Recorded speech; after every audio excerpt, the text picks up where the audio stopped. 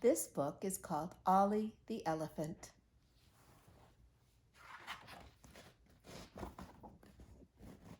When Ollie the Elephant celebrated his birthday, there was a big party.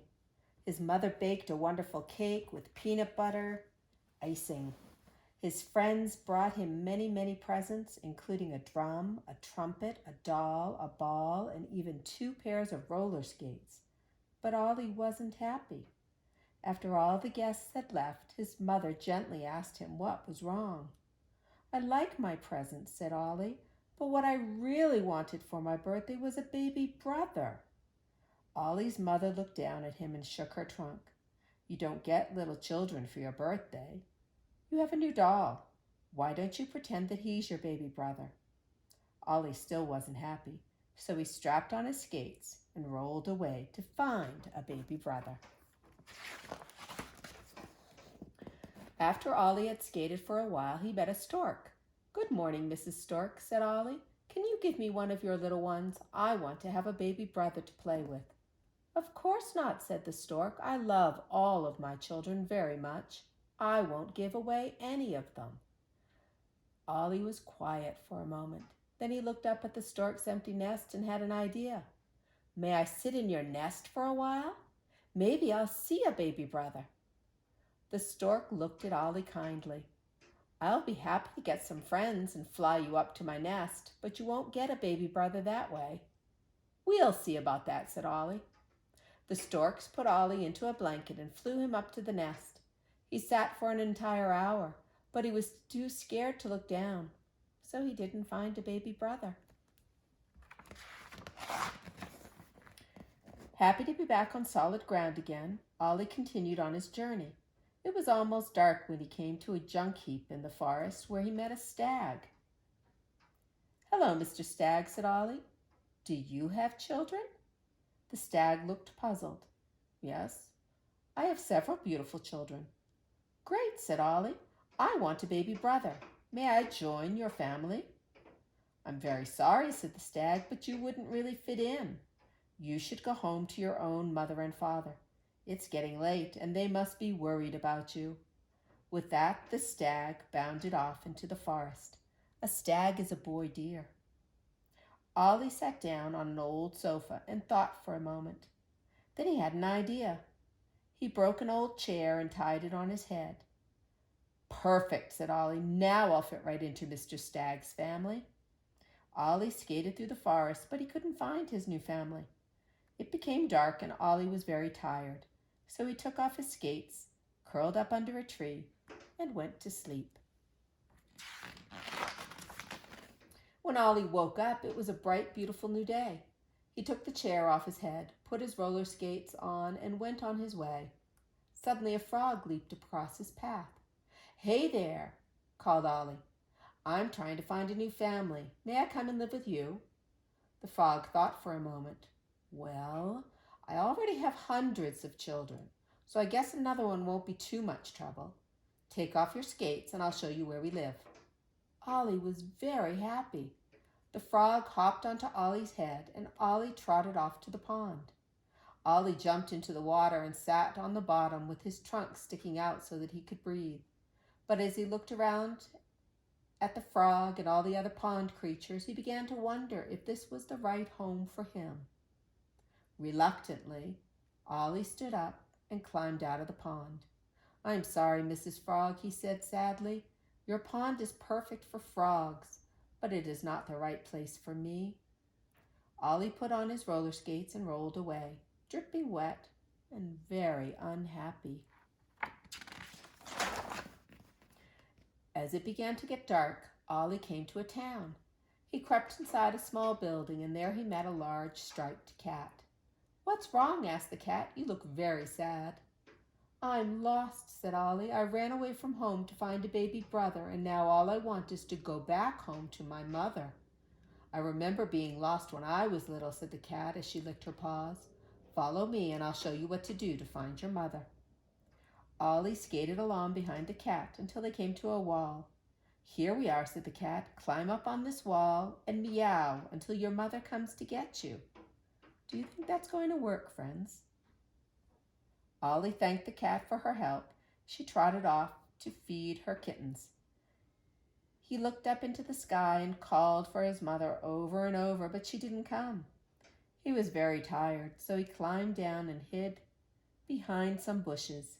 As he started to go to sleep, he decided that maybe his mother was angry and didn't want him anymore. Do you think she feels angry, or do you think she feels worried and concerned? The next morning, Ollie was walking across a field when suddenly the ground below him caved in. "Hey, Buster!" shouted a badger. "You've ruined our baby's den. It took us hours to tunnel out that room. The baby is due any day now," sighed the mother badger. "What are we going to do?" Ollie apologized to the badgers. "I'll be happy to dig out a new den. I love babies, and I certainly don't want yours to have to sleep outside." So Ollie dug and dug and dug, and soon the badgers had a new den that was even better than the first one.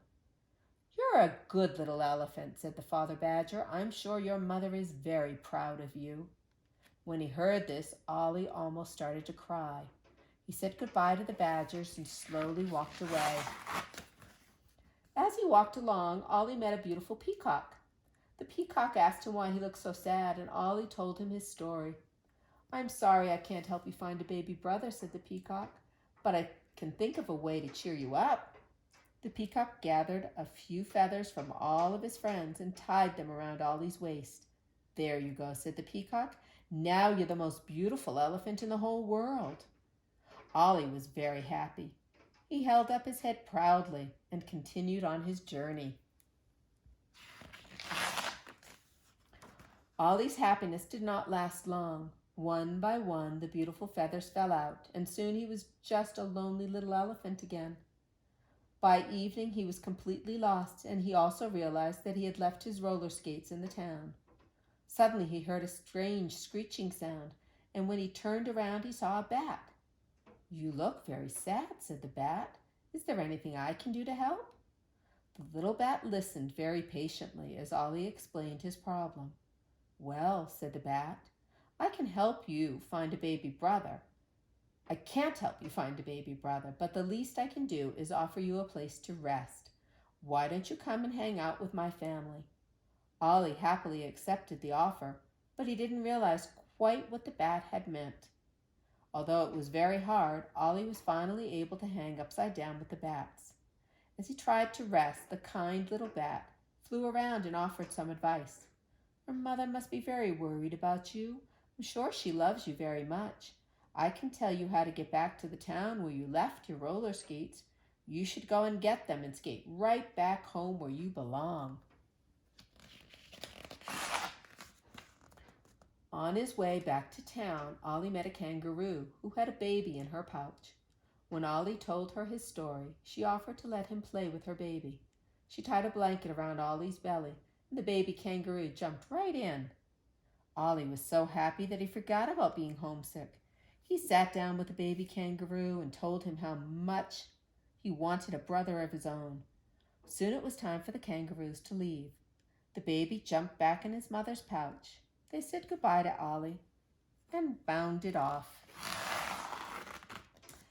After he found his roller skates, Ollie tried to remember how to get back home, but soon he was lost again. Ollie came upon a woodpecker making a nest and asked him for help. "I can give you directions," said the woodpecker. "I've flown by your house many times, but it's almost dark, so why don't I make us both a nest, and tomorrow I'll tell you how to get back home." The next morning, Ollie was very excited. The woodpecker gave him directions, and Ollie skated off as fast as he could go. As he came around a curve, he was thinking about his mother and how much he missed her when, crash! He ran right into a tree. When Ollie woke up, he saw the kindly face of an elephant looking down at him. "Mother!" shouted Ollie. "I'm not your mother, Ollie. I am Dr. Jumbo. Your mother will be here any minute now." "Where am I?" asked Ollie. "You're in the hospital," said the doctor. "You hurt your head and broke your leg when you ran into the tree. I'm afraid you'll have to stay here for a while." Ollie sighed happily and closed his eyes. Just as he was about to fall asleep, his mother came in and gently caressed him with her trunk. "My dear little Ollie," she said softly, We've been so worried about you." Soon Ollie was well enough to go for a walk in the park. He told his mother and Dr. Jumbo all about his adventures, especially about the baby kangaroo. This made him very sad because he still wished he had a baby brother. "I have some wonderful news for you, Ollie," said his mother, smiling. "Your father and I plan to have more children. So someday soon, you'll have a baby brother or sister to play with. Would you like that?" "Yes," shouted Ollie. "I like baby elephants best of all." Ollie hugged his mother and limped back to his room, holding her trunk. She tucked him into bed and kissed him on the cheek, and when he fell asleep, he dreamed of having lots of brothers and sisters to play with. The end.